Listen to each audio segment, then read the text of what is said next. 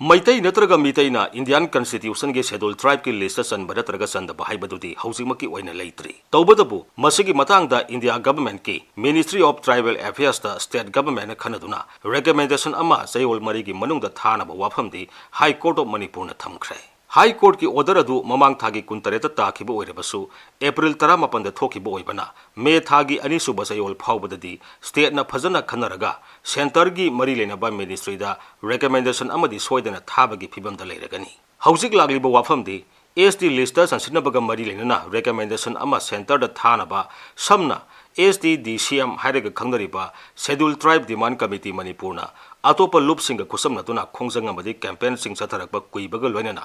hanadagi SD list sanduna leiraba Manipur gi tribal singi body singi marakta mahiroi loop adsumna yaroi haiduna mari yelakpa amadi campaign satharakba asisu kuire campaign gi wafam sidi hojik su adumak sathanari haibiyai makha tana su adumak sathanakigani hojik High Court na piriba direction asida maitai natraga mitai bu constitution ge schedule tribe ki list sanaba recommend tau haiba makti nate khanaraga recommendation ama thau haibani STDCM amadi masiga satminariba loop singi demand di maitai natraga mitai bu constitution gi list asida sansenduna constitution gi oiba ngaklo amana maitai natraga mitai bu ngak senduna thamansi haibani tawbatabu state na thagadoriba recommendation adu karama makhalgi oigadoribano list aduda sansinba sumi haigadoribara natraga sumde haigadoribara haibadudi khangdri tawbatabu Manipur da leiriba BJP ne lusingba leingak asida ruling da leiriba amadi opposition da leiriba MLA ayambana SDDCM amadi masiga sanminariba loop singna taliba demand haibadi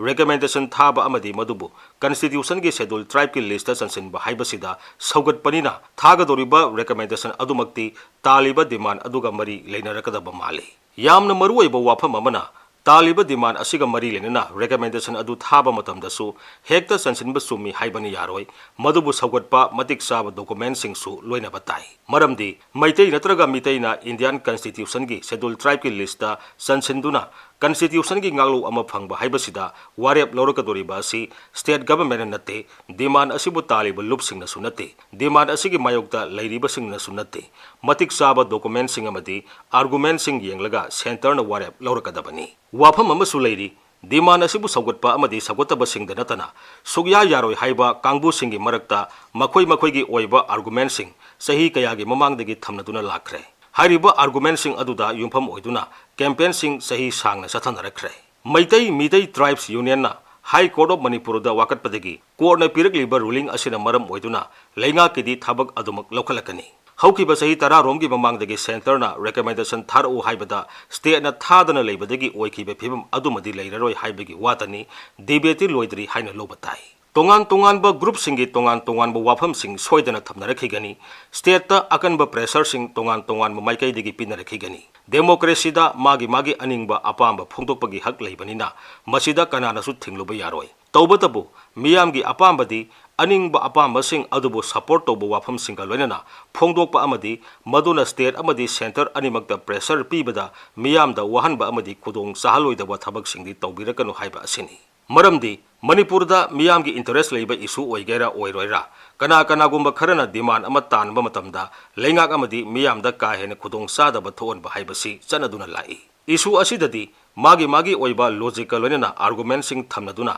state amasung center animakta pressure pibadi kaide adubu leingak amadi miyamda khudong sahandabadi sumte Maitai natraga mitaina Indian Constitution ge schedule tribe ki list sanba pamlibana karigino amadi masida yadribana karigino haibadu sahi tararom asida platform khudingmakta phongtok naduna lakhrabana ngasigi oinadi amuk haidrabasu yari haina khalli tawbatabu nakan animaki oiba pressure sing mari lenaba pumnamakta soidana pinarakadabana matam sangna satharakiba debate adu makha adumak sathakigeni haiba wafam simadi sumlaba wafamni Debate ki tangkak ama loisinkhre haina loba yarabasu makha taba debate ti adumak sathanarikigani mathakta su pankhre leingak asigi oina center da recommendation thaga doriba singi maraktagi ayambana constitution gi SD lista maitai natraga mitai na sanba haibasida yaningba wafam phongdokhibana lista hapsinaba mawongda recommendation adu tharakpa yabagi oithokpa leitaba date Manipurdadi isu khudingmakta yenaba haibasi soidrabani ani thokpa haibasi soidrabani tawbatabu afaba mawongda yenaduna afaba phibam laknaba honabadi afaba oigadabada